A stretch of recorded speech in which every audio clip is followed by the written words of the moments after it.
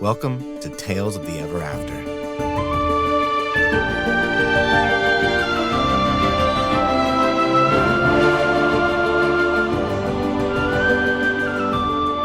Hello, everybody, and welcome back to Tales of the Ever After, a D&D actual play podcast about a group of adventurers finding out that the trouble with destiny is all the trauma that gets in the way, except this time it's not a group of adventurers, it's just one. My name's Tyler Boroff. I'm your humble DM. I'm joined by the one, the only, Lynn Shephard. The only for now. I'm working on cloning. Damn it. So you're going to be stuck with a lot of me. There's going to be a party of me. So there's going to be a Stephanie Bitcoin out there shortly. Mm-hmm. Yeah. It's going to be called a gaggle of Stephanies. a tail coin. As the party is split, we are doing something a little different today. I am recording, or I should say we are recording just one-on-one. So we don't have Kate or Randall with us. And we'll kind of see what happens. This is also super weird because normally I sit on your right and I'm just staring at you in the face. Straight across, This feels like my exit interview. Can you tell us what we could have done better? Yeah, don't fucking kill Heave and Ho, you son of a bitch. I'll have you know, my resume is updated. I'll see you in court. Last time we left, Stephanie, everything was great. Yeah. Agrid, peaceful kingdom. Mm-hmm. All your friends and family are back alive. You were going to have this beautiful brunch with your family, your mom and dad. You invited Alina and Aldred. And then, turns out, you've got a magic pistol. Can you remind me what you did with that magic pistol? Oh, I used it because I was so excited. That's right. You shot and destroyed the barrier surrounding Agrid, inviting an invasion, war. I don't know that I destroyed it. I'm pretty sure I described and it could have just been coincidental timing. Okay. Like if a single shot was going to shatter it, it was going to shatter anyway. It was a single shot powered by one of the fragments that separated two different realities from each other. Oh, when you say it like that. Okay, maybe a single shot could I blame do that. Marsha. So you are currently on this airship. You and Alina, one of the giant Eldarian shock troopers, has dropped you both there. As a reminder, Alina is also holding on to Tailnor to describe where you're at. So the bay door has closed, so you're fully enclosed inside the airship. Standing 10 feet in front of you is the Empress Nel Sarah. You obviously have the one shock trooper right behind you that has just dropped you off on the ground. And then you can see that there are about 10 soldiers, line soldiers, like there's 5 on the left, 5 on the right, back recessed a little way. And then there are these like mechanical suits that are in there that some of them are working on. You can see that behind these like glass barriers, far off to the left, far off to the right, are what looks like to be wizards. And as the Empress calls for them to lift off, you see that the wizards start casting spells and they're focusing. And each of them seem to be attached to one of the various like reactors that lift this thing off and are using some sort of arcane magic to enable the airship to fly in the air. They drop you on the ground, and the Empress looks over at the shock trooper. Bring me the bag. And he goes to grab the bag from you. Do you allow that to happen? Of course. I wanted to have the stone. Cool. Also, I feel like we moved on too quickly from the idea of me burning copper to create a blue flame. I want some credit there. It was really, really good. God, thank you. That's all I've ever needed. Pretty much the best. I almost thought about just wrapping up the campaign and like, they got him. They got her. The Empress is like, I've never seen this before. This, you know what? I'm switching to peace. Yeah. Peace is the option. This was so brilliant. Yeah. Fuck, no one's ever tricked me before. Yeah, the shock trooper grabs it, takes the bag from you. How far is he from the Empress? So she's 10 feet in front of you, so he's right next to where you are, right? Yeah. As I hand over the bag, before he starts to walk over, I need to start doing Stephanie things. Okay. So he grabs it. He's walking away, and he's walking slow. He's not running. So what are you doing? I'm just saying, oh, finally, I've been trying to get your attention for so long. I ran into Tailnor so long ago. I gave him one of my business cards, but he never reached out. I don't you have no idea what a big fan I am. Go ahead and roll deception. These are dramatic dice. 17. I'm going to oppose roll that. They got a 15. So she just kind of eyes you for a second as the shock trooper's walking forward with the bag. Then she's distracted momentarily. She like takes the bag and just kind of stares at you. And then the shock trooper backs up. Yeah, I'm just going to go, look, no hard feelings. The people that you dropped from the cage, they were excited to meet you too. And I've told so much about you to my crew and just I'm sorry that they're not here to see this moment. But we're here now and we can do so many great things together. She's like going to look down the bag. She's opening it. And she just kind of stares at you. And there's this very puzzled look on her face. It's still subtle. This is a maniacal, evil warlord, right? But it's still just like, what is happening right now?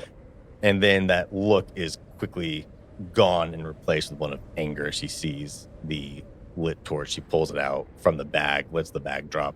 You see the other dragon shard falls on the ground. And she goes, where's my fucking stone? And then she just chucks it like right next to your head, explodes on the wall next to you. Cool.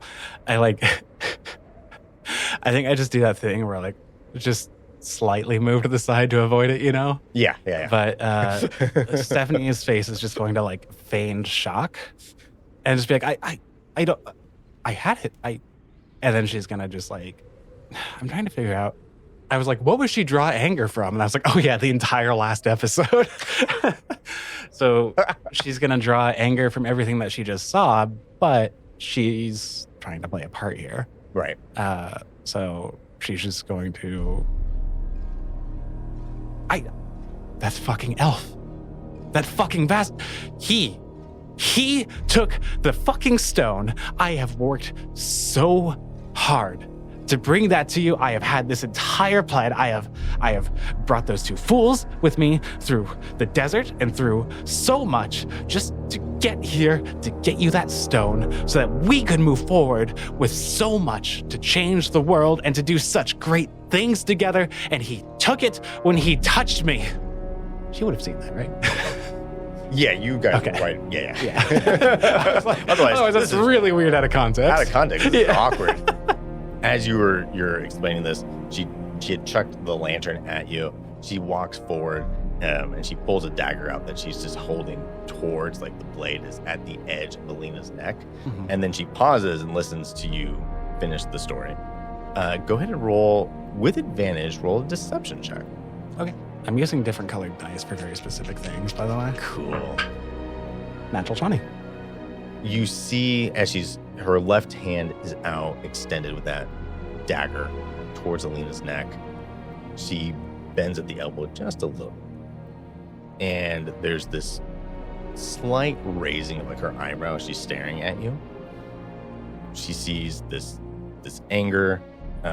You're going over this sort of calculated plan of sorts. And you also notice that Alina's mouth is kind of dropped open and is staring at you too. In fact, Alina goes, what?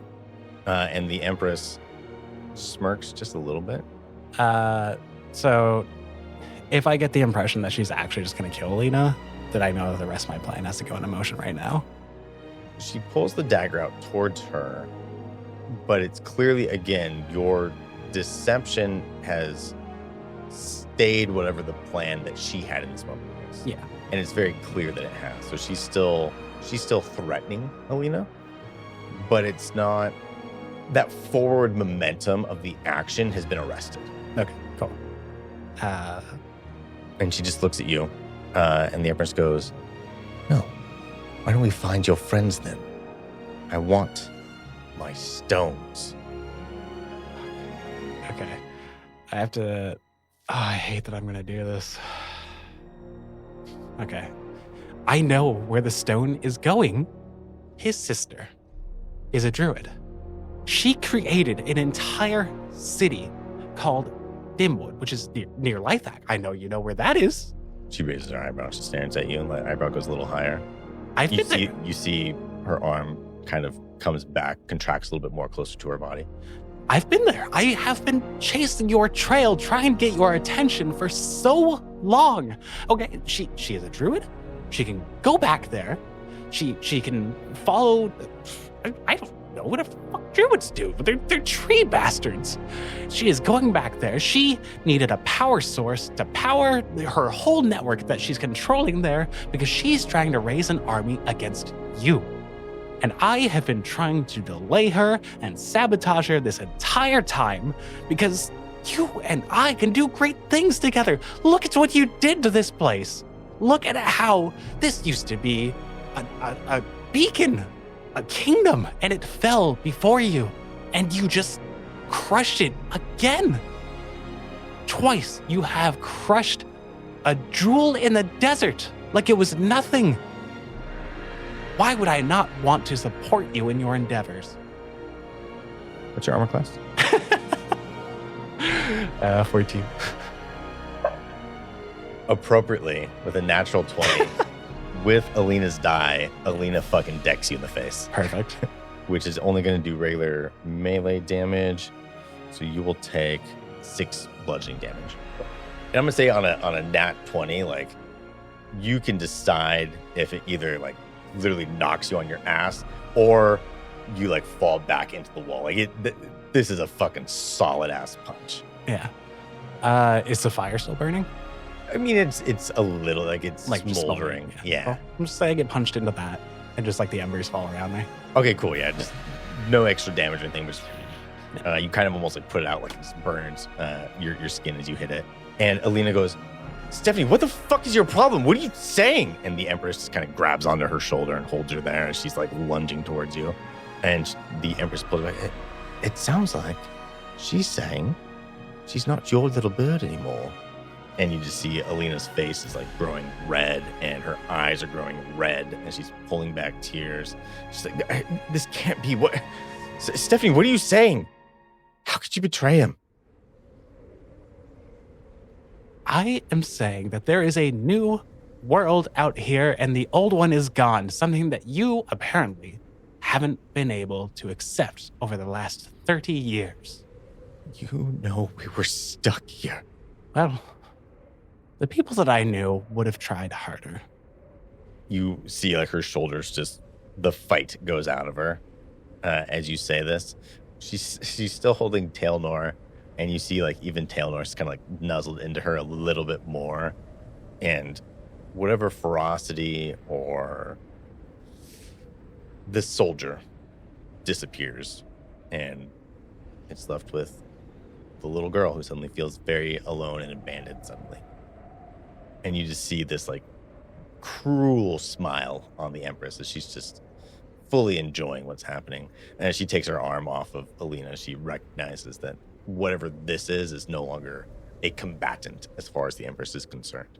Well, I know your friends are still down below, so where do we begin our search for them, Stephanie? What is the likelihood, or what should I say, what would be the dice roll of... On a 1 to 20, yeah. How would you rate this? Of being able to pull out a memory of like maybe like a smuggler tunnel or something that would have been used? Oh, I think that would be fairly easy for you anyways. Make a history check. This is a DC 7. History. I have a -1 to my history. 10. Yeah, you know where there were a few smuggler tunnels, and as you're thinking about those, you do catch just brief glimpses of at least one of them is no longer there, and then a few of them are still open and active per the brief glimpses of memories you get. Cool. I think after a second I'll be like, do you have a map by any chance? Why don't you come with me? And she turns around and starts walking deeper into the airship. One request. Careful. You're not in that good of graces yet. Of course not. I wouldn't have dared to think so. But I would like this one thrown into a holding cell. I'd like to break her further later on. She just raises one of her hands. Some of the line soldiers come and grab Alina and then carry her off. Like there's just catatonic, right? So they're just dragging her away. Also, the cat is mine. Do not harm the cat. I will want that later. Like you see the guards like, oh shit, okay, cool, get the cat. She walks down this hallway as you follow behind.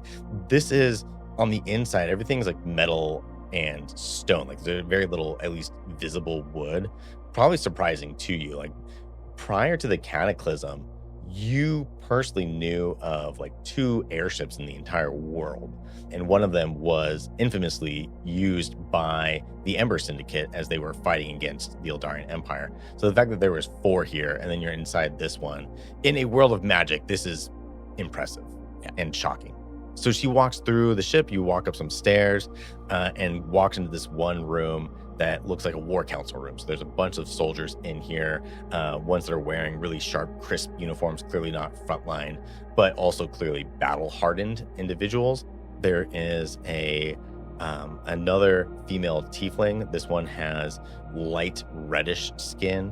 Across her right eye is this scar that seems to have scarred over with like this black tissue where that is. And she is wearing a sharp Eldarian uniform, signifying some sort of high-ranking officer in the army. And in front of her is this table, and she has used magic to essentially create a miniature view of Agared. Cool. Here's your map. I'll just go, perfect. And I will start pointing out sort of entrances and exits, and I might make up a few too, just be like, this one wound through here and it would have come out here, and just like point off to the middle of like, what might have been like a cliff edge or where I know part of the city was destroyed. So go ahead and make a deception check. 15. Awesome. I'll say that's good enough. You see these minor illusion little like pin drops pointing up on them, as the mini map is getting updated with all these new encounters. And I think I'll point to the castle. We'll be like, you might want to make that part a little bit flatter. Yeah, in fact, when you look at it, you can see it's just smoking. Like this actually is a pretty accurate live description of what's going on out there. Cool. So that takes you a couple minutes as you're describing all these locations. The Empress goes, you tell us, what's the best way to coax them out? Well, I think you've already killed their friends. Ooh. Oh, no. Okay, you know what? I know that all of Agared is doomed anyway, so I'm going to say. Alaric, the male, he is a healer. Leave the wounded out. Let him hear their cries. Fuck. Oh my God. I know they're all fucked anyway. Cool. Love it. Again, that cruel smile comes back. Maybe I have misjudged you. And she looks over at one of the other commanders there. There's a human male, old, grizzled, gray, short-cropped hair. Tell the men to stop killing the Agared soldiers and the citizenry. A, I want people to remember what I've done here. And B, leave them out wounded. Make sure they can't move easily. Aye, ma'am. And he runs off to tell everyone those orders from the Empress. Why don't you follow me? We'll give you a place to rest. You're clearly wounded. I would ask that you clean yourself up a little bit, and then we can speak later in my quarters about how best to continue looking for your friends. The princess is yours to do with as you wish. She kind of explains the ship a little bit. She has one of her little minions come up and they explain and show you like a little map and say, go here to do this. Here's your room. And the Empress goes, when you're ready, you can ask anyone to come find me and we will meet again.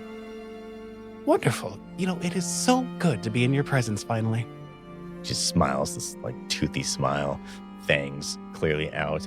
And it's a smile not of joy or pleasure. It's meant to be menacing. Yeah. And she turns away and leaves. And then you are guided by this other individual to a little room that you can go into. It has like a built-in shower. There's a bed, and then an Eldarian uniform in there. Okay. Oh, did you get conscripted too? No, voluntary. Oh, voluntary. Oh, ooh. This is a passion project of mine, That's exciting. Yeah, I was conscripted at a young age, and then, I did volunteer to re-enlist after the cataclysm. Everything was in ruins. Might as well just join the winning side. They also have ice cream on Fridays. Oh, is it like a group thing, or is it just like you take it back to your room? Oh, yeah, we all just kind of meet up. We eat ice cream together. Perfect. I look forward to it. Yeah, well, I mean, today's Monday, so it's going to be a few days. Well, maybe they can... Do you like ice cream? I do, actually. What's your favorite flavor? Ooh, I'm a big fan of Rocky Road because there's so many bumps in the road of life, He slams the door shut. I just go, rude, and I turn on my heel. Cool. You know what? I'll do what she said. So real quick, this door shut. What's going on with Stephanie in this moment? I think she has to hold to the character that she's playing. I don't think if she lets it go for a second, it's all going to fall apart. Okay. So I think she's just moving very purposefully. Okay. I think she's not allowing herself to dwell on anything, especially what she just told him to do. Sure, yeah. So, I think she's not even taking in like the details of the room. She's just recognizing like, cool, shower, clothes. That's step one. Do that. I think she does the same ritual that she did past Agared, where she takes off all of her weapons and lines them up in like a very specific order. When she's cleaned up and she steps out to put on the uniform, it's the first time that she doesn't put on the plaid pants that she was always proud of. I'm going to say this. In that moment, as you do this, and Stephanie is embracing truly what it means to be a pirate rogue, doing what needs to be done to survive, I'm going to say go ahead and take a level up.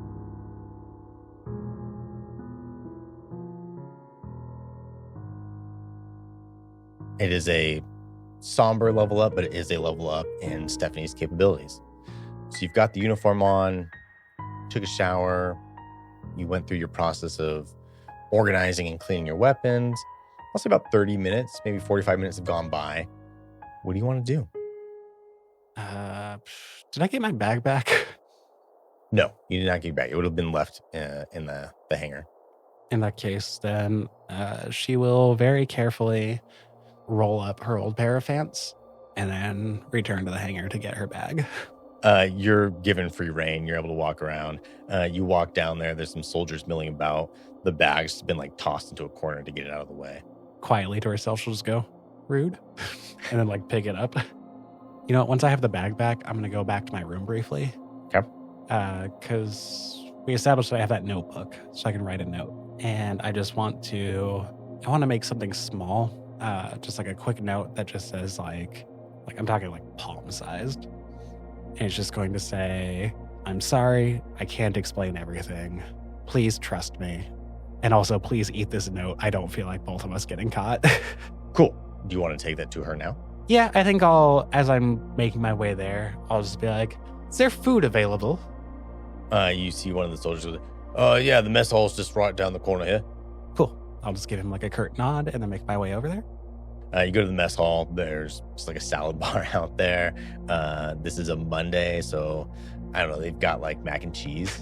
That's They have a fucking cafeteria menu. Yeah. Okay. Yeah, I think I'll make like a good looking like amount of food for myself, and I'll just get something like sparse for Alina. Okay. And as I get her stuff ready, I'm gonna like palm my note, so I'm carrying it with the same hand as her food. Got it. Then I'll make my way over to her. You go down. This is on one of the lower levels, kind of in the back section of the ship, opposite of where the dock was when you came in. And you find those cages that were hanging down below. They're lifted back up, and she is in one of those cages. The rest of them are empty. And then there's just one soldier. His uniform's a little disheveled.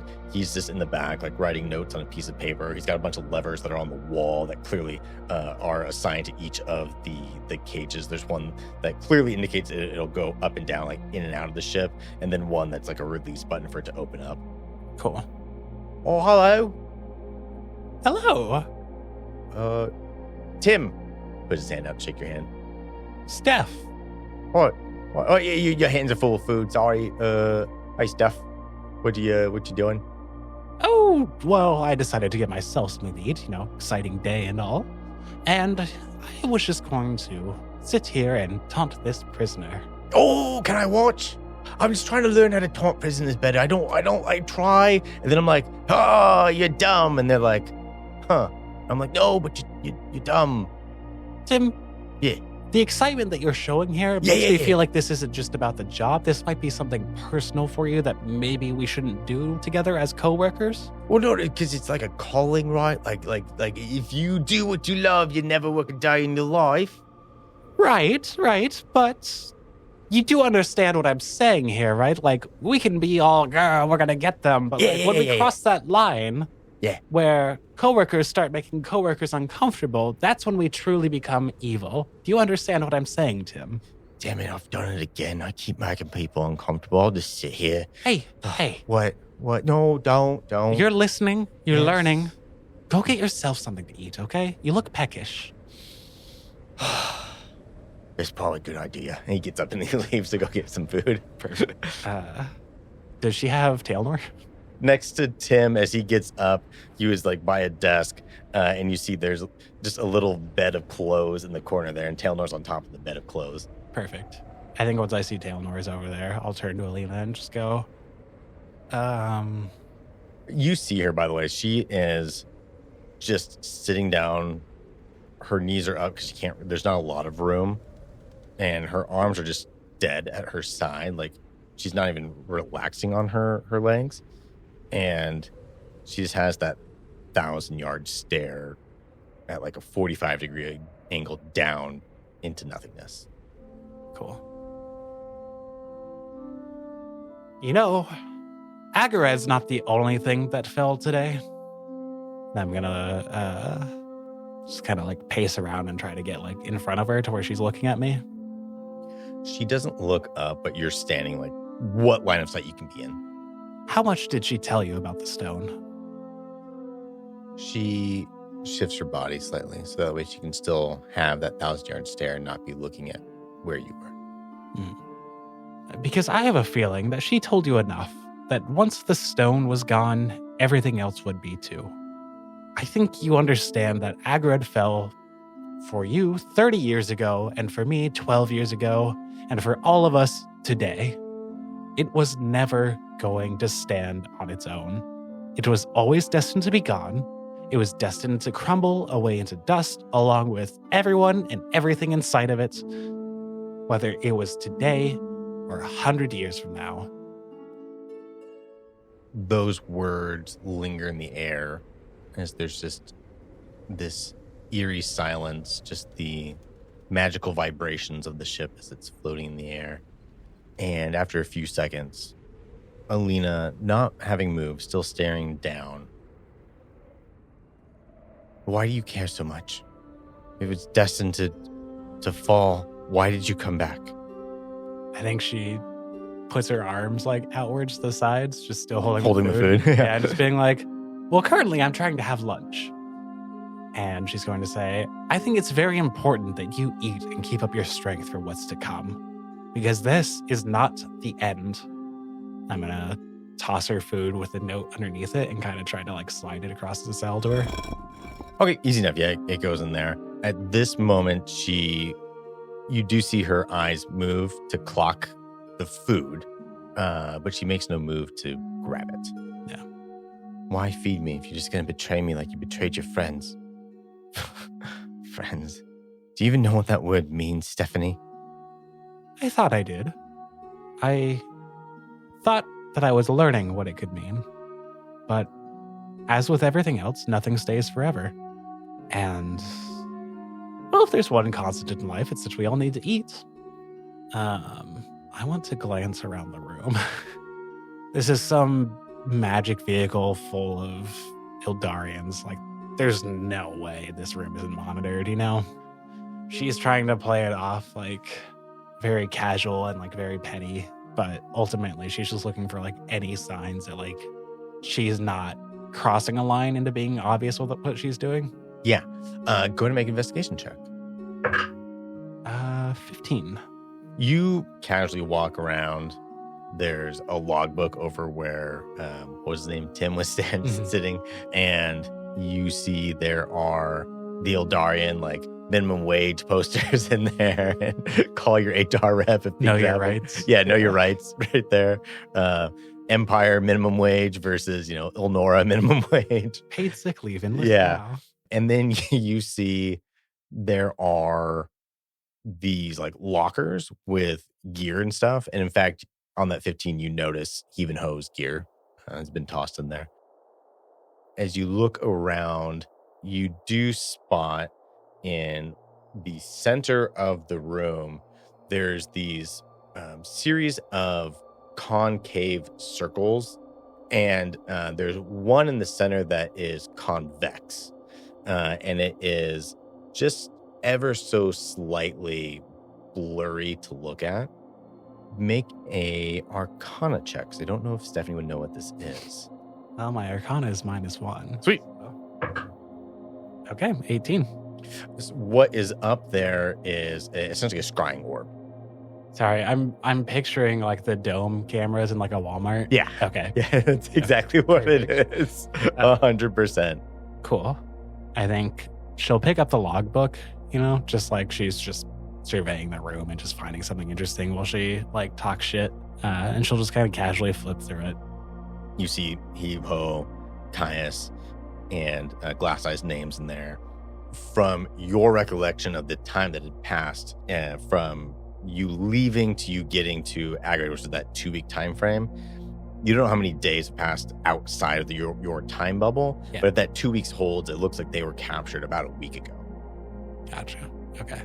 So I'm going to tear off that page and then like 4 more pages after that. So they're just like blank pages. Yeah.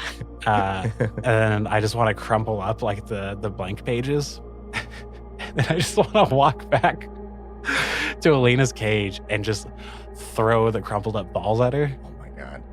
And just, because I want to keep up the appearance of just like, I'm just being just fucking with her. Yeah.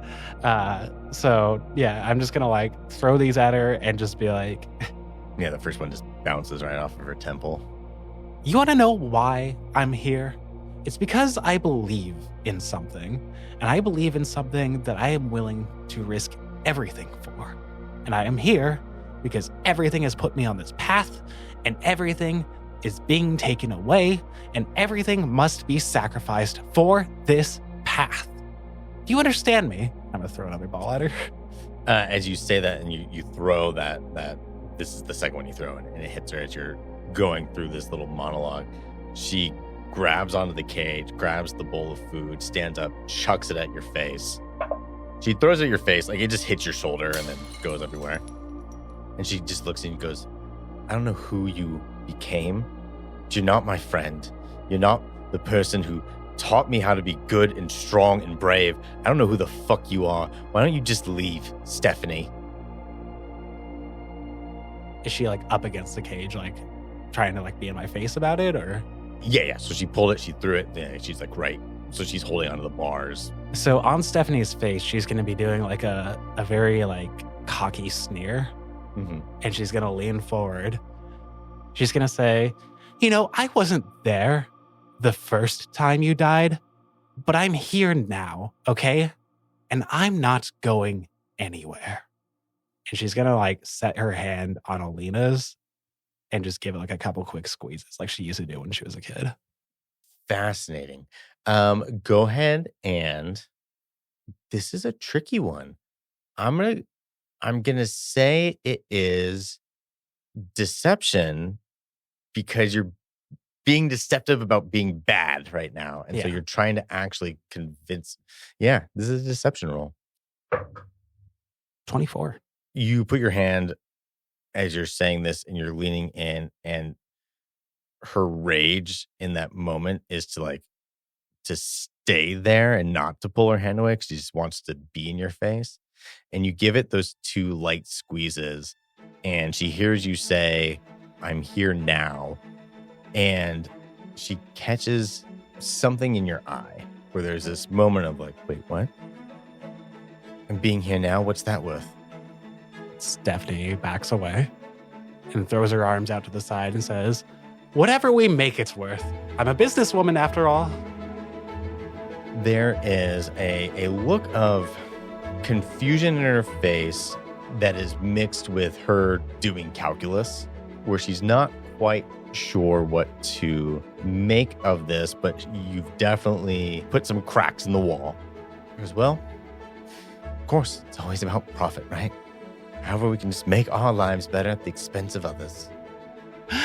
In her own way, Stephanie's just going to go, see, now you're getting it. And just be like, oh, and clean up your cell. You don't want to seem like you're making a mess when Tim comes back. That one catches her off guard, and she looks down at the mess, sees the piece of paper. Her eyes quickly go back to the mess, and she's sitting there still in the cage. She goes, Stephanie, either kindly fuck off or open the goddamn cage. And you see her foot shift as if she's getting like in a fighting stance, but she's puts her foot on top of the piece of paper. And then I'm going to waggle my finger and be like, now, what kind of employee would I be if I let go our best bargaining chip? And then I'm going to start making my way out of the room. Okay, cool. Just because I think it's funny, make a perception check real quick. 19. As you're walking down the hallway, you hear somebody clearly chewing paper. Oh, wait. No, fuck. I got to go back and get Tailnor. That's why you hear it, actually. You run back and then you Sorry, I forgot this. You grab Tailnor. Yeah, she's like, wow, and jumps up on you. You know what? I also want to just I want to grab the belongings of everybody who was in the cages before. Yeah. And then I want to play it off by saying oh, and it looks like you won't be needing any of this. Cool. Where do you go from here? Do you want to drop those things off in your room? I drop off the bags, but I bring Tailnor with me. Okay, cool. And then what are you doing now? I'm going to see the Empress. Awesome. You find one of the other soldiers. Do you just simply say, I'm looking for the Empress, or do you do anything chaotic? No, I just pet Tailnor and I just go, oh, the Empress said that I should tell you that I was sending for her. All right, I'll go get the Empress for you. This halfling goes running off and finds one of the other officers. This male tiefling officer, blue skin, comes over and goes, you're here to see the Empress, right? Follow me, please. Wonderful. And what's your name? None of your business. Fair enough. It's a family name. Oh, is your name none of your business? Yeah. Oh, that's wonderful. Yeah. I bet that leads to some really great exchanges. It's awkward sometimes. I saw the confusion in your eyes. People get always thrown off because I said, none of your business. That's so funny because I used to run a business. And so if I sold it and you bought it and then we talked about it afterwards, you could say that it was none of my business and it would be accurate. I'm glad we're at the Empress's quarters here. He opens these ornate double doors, and it opens up into this kind of grand, what you would think of like a master bedroom in a house, right? It is shockingly lavish in the way it is designed. You walk in, none of your business closes the door, and you see the Empress is sitting in the far corner on this fluffy chair. Her legs are crossed. She is holding on to that red gemstone that she has on her necklace, and her eyes are glowing red, and she sees you enter. The red glow from the necklace goes away. She puts the chain back around her neck. Then she reaches over to the table where there's a goblet. She takes a sip, sets it back down. You see one of your business cards is sitting right next to it. Welcome back, Stephanie. We still haven't found your friends yet. I do really, really like the idea of listening to all the screams of the aggroed citizens. Would you care to listen? She stands up and goes to this window port that's on the back end, and then there is this arcane sigil carved into it. She goes, we can listen to them scream from here. Care to hear? Why not? Let the past die. She goes to touch the sigil, and you see that the necklace starts to glow again, and then the color goes through the necklace, like into her body and out through her hand, and powers this thing. And then you can just hear moans and screams of men, women crying out in pain throughout the city. Well, you are efficient, if nothing else. Yes, I have tried to do my best to make the world a better place for all of us. I think Stephanie's going to keep talking, but she is making a point to force herself to listen, because I think she feels like she has to. Yeah, she lets go of the sigil and she turns the volume down a little bit, but it's just there in the background as you're having your conversation in here. Yeah. This room is way more lavish than I would have expected. Well, when you're running an entire empire. A, you need somewhere you can go to be comfortable, and B, you need to let people know that good things await those who do well by you. You know, you have such a wonderful way of thinking. I could learn a lot from you. It's true. Most people could learn a lot from me. Did I notice the business card? Yeah. I want to bring it up, but I don't know how the fuck to bring it up. Oh, I see that you've heard of me. Yeah, she looks over at the business card. You notice when you look at it too, it is faded a little bit. It's clearly been around. Like, this is not a fresh business card that's been handed out. She looks back at you and she raises her hand, and you hear as the door locks behind you. And she goes, "Yes, Stephanie, I remember you." As the visage disappears, and standing in front of you, tall, short black hair, grayish skin, his eyes glowing red, fresh scars down the side of his face, maybe the result of an explosion, is the General Tailbore.